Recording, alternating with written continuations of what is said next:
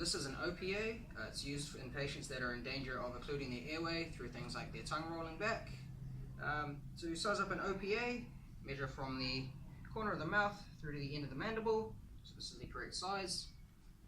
To insert an OPA, insert it face up, halfway, rotate 180 degrees, and just should sit nice and easy.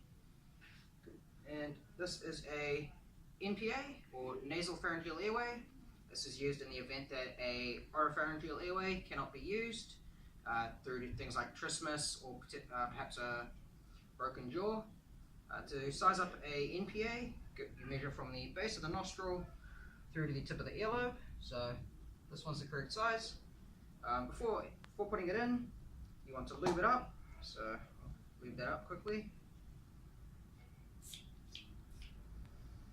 Cool. And then you want to tilt the patient's head back, select the largest nostril, and following the curve of the airway, insert into the airway, right down through the base. The implications of an OPA is potential damage to teeth or the inside of the mouth if you size up incorrectly, potential for a gag reflex or stimulation of the vagus nerve and in turn bradycardia through the same of incorrect length selection. The implications of a NPA are damage to the nasal cavity through, again, incorrect sizing or through incorrect technique or forcing it through the cavity. This is an adult bag valve mask. It's used for patients that are struggling to breathe on their own, have a GCS of less than 8, or are unconscious. To use the bag valve mask for manual breathing, so breathing for the patient, we would use a CE grip, place it over the mouth, ensuring a good seal, lift the chin, and squeeze the bag for a third of the way, looking for chest rise. Yep, I can see chest rise, which indicates oxygen getting into the lungs. If the bag valve mask was connected to an air tube, like so, we would use a 2-hand grip. So placed over the patient like so, under the mouth, and the flow rate for this particular bag valve mask would be 10 to 15 liters per minute. And if we were manually breathing, we would be doing 1 squeeze every 6 to 8 seconds. The complications of using a bag valve mask are gastric inflation, damage to the alveoli or lungs through hyperinflation from squeezing the bag for more than a third of the bag. To assess a patient for a difficult airway, in which we would not use a bag valve mask, we use the MOANS acronym, which is patients with mustaches or facial hair, which will impede the seal around the mouth, patients over the age of 55 years of age, also patients who are obese or pregnant, patients with no teeth or dentures, and patients suffering from symptoms like sleep apnea, stiff lung, or COPD. So here we have the MRX HeartStart LifePak 12. I'll just go over the components of it quickly. In the left-hand pocket, you'll find the 3-lead and adapter, the SpO2 sensor, the end-tidal CO2 sensor, and the blood pressure cuff, non-invasive blood pressure cuff. In the right-hand pocket, you will find a 7 or a 12-lead adapter, a test load and the test load adapter, and the electronic CPR device. You will also find a package containing a razor, aspirin, and GTN. And then in the back, there's a little package containing spare paper and batteries and ECG dots. So to test the machine and to test if everything's working correctly, first off, ensure that the test load is connected. Turn the monitor onto monitor. Wait for it to load. And once it's loaded, enter the menu. Go down to Other, and then into the Operational Check, Run Operational Check, and Acknowledge, and wait for it to test. And the next prompt will tell us to charge, so press charge, and press shock. Shock delivered. And acknowledge the voice command. And then the machine will run through the rest of the testing. Once testing is complete, it will print out a form saying that the machine has passed or failed. So I will now demonstrate how to obtain an ECG. So first off, we will place 3 dots, one on the left arm, one on the right arm, and one on the left leg.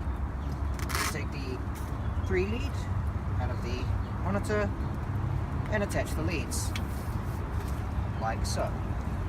So left leg, left arm, and right arm. I'll then turn the monitor onto monitor, and the ECG will now be displayed on screen. So during observations, to change the volume, just enter the menu, head to volume, head to QRS, and adjust to desired volume. To change the selected wave, there's a button on the side, and press the wave to select wave 1, 2, 3, or whichever wave you want to select. To select the wave size, enter menu, go down to displayed waves, enter, select the wave you wish to view, so for me it'll be wave 1, select pads, and select the desired size. I'll now demonstrate how to turn the LifePack 12 into an AED, and then how to manually defibrillate and disarm the charge. So to turn it to AED mode, I just turn the dial to AED and await instructions.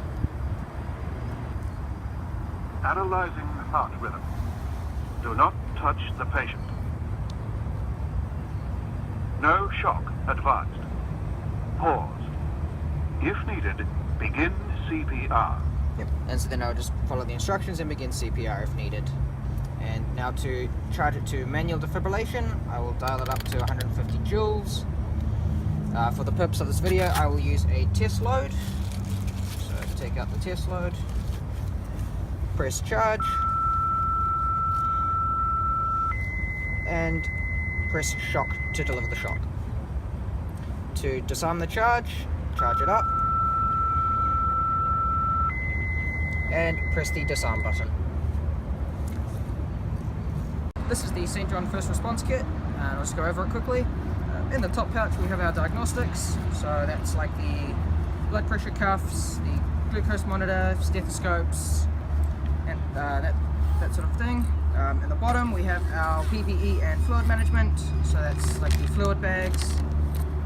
In the top right hand pouch we have our emesis bags, safety glasses, and the cold spray, as well as the spinal assessment lanyard. In the bottom pouch here we have the glucose management, so in here's the glucose bag, glucagon, and sugar sachets.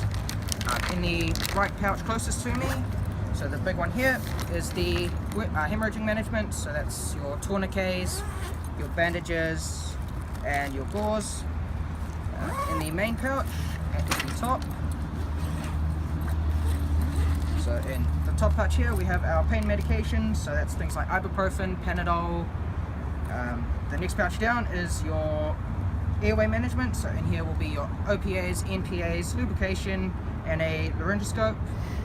And the next one is your airway masks, so your nebulizer masks and your breathing medication. So that'll be salbutamol, ipratropium bromide, and your adrenaline. In the main pouch you have your sharps container, your slippery SAM, your fluid lines for IV bags. I've got your pediatric bag valve mask, your adult bag valve mask. You've got your LMA bag and your IV kit. You've also got a towel, cardboard for splinting, and a neck brace. This is the suction unit found in the back of the ambulance. To test the suction unit, first you want to unravel the tubing and inspect for any damages, so tears or holes. There are none that I can find. To test the suction unit, place a kink in the hose, hold down the test button, and turn it on to max.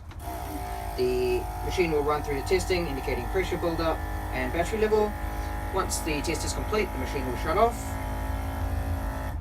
Yep, like so. And to suction the patient, you will have them lying supine on their back and turn their head laterally. You'll want to inspect for any large chunks. If there are any, a finger sweep will be suffice to remove them.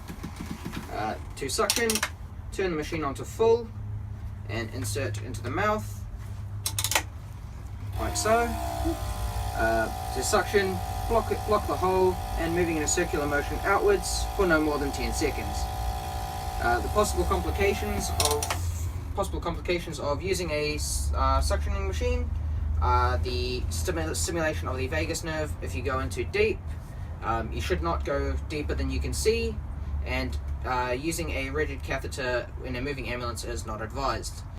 This is an oxygen bottle, and this is the control valve that controls the oxygen flow out of the bottle. For the purpose of this video, the bottle is empty, but I will pretend it is full. So this is the regulator that attaches to the bottle. To check the Botox seal, you just flip the Botox seal in and out. Botox seal should be checked regularly and ensures a good flow of oxygen out of the bottle. To attach the regulator, align the two prongs here with the two pins here, like so. And once it's aligned, screw the bottle in just hand tight and open the bottle. The needle should come up to approximately 2000 psi, indicating a full bottle. And to attach a mask to a patient, you would attach the tubing to the nozzle here, take the mask, place it over the patient's head like so, and then select an appropriate flow rate. For this video, I will choose a flow rate of approximately 8 to 10. So you just adjust the flow rate and it'll flow out.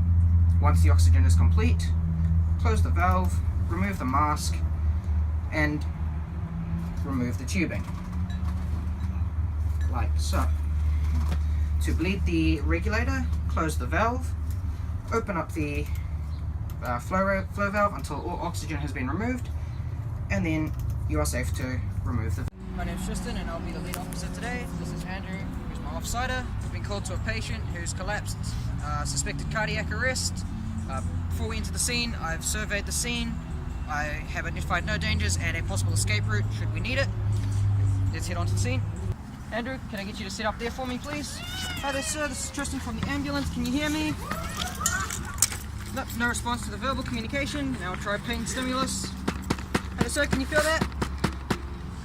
Nope, no response. I will now check for breathing for 10 seconds. Look at your chest rise. No obstructions in the oral cavity.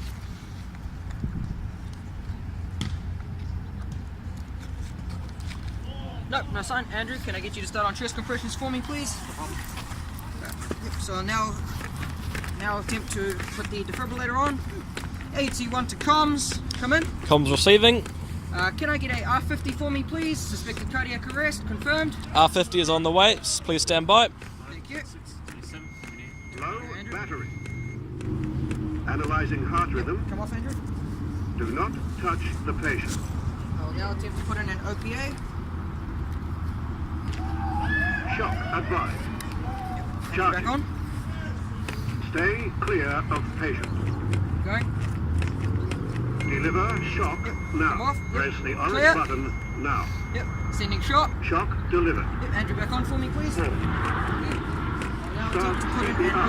I'll now attempt to put in an NPA. In this instance, we don't have any lube, so we will assume that this is lubed up.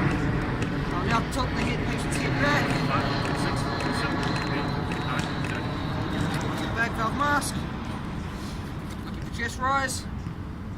Yep, chest rise. Chest rise. Come back on. Now resume putting in the NPA, following the nasal cavity. And in.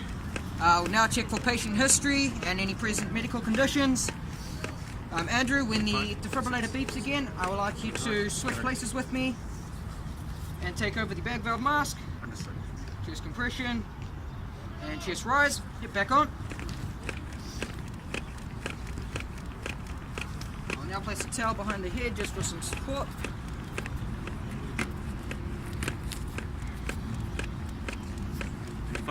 26, 27, 28, 29, 30. Thank you, Andrew. Chest rise. Chest rise. Back on for me.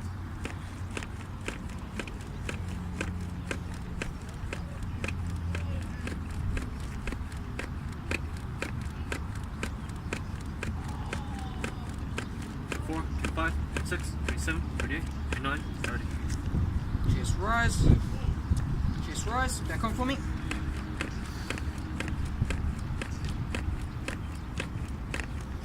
I just want you to try a little harder to get the depth on for me, Andrew. Thank you. 5, 6, 7, 28, 29, 30. Chest rise. Chest rise.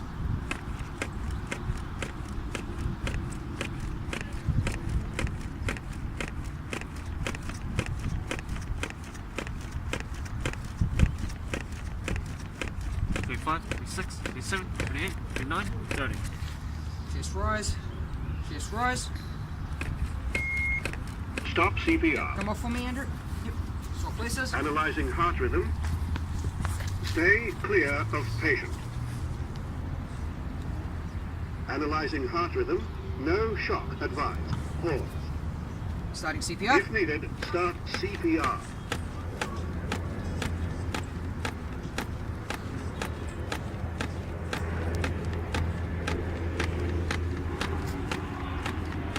Five, 26, 27, 28, 29, 30.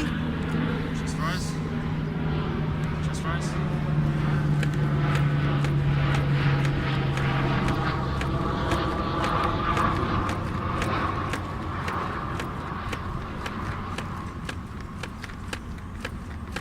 Five, 26, 27, 28, 29, 30. Chest rise. Chest rise. Thank you, Andrew.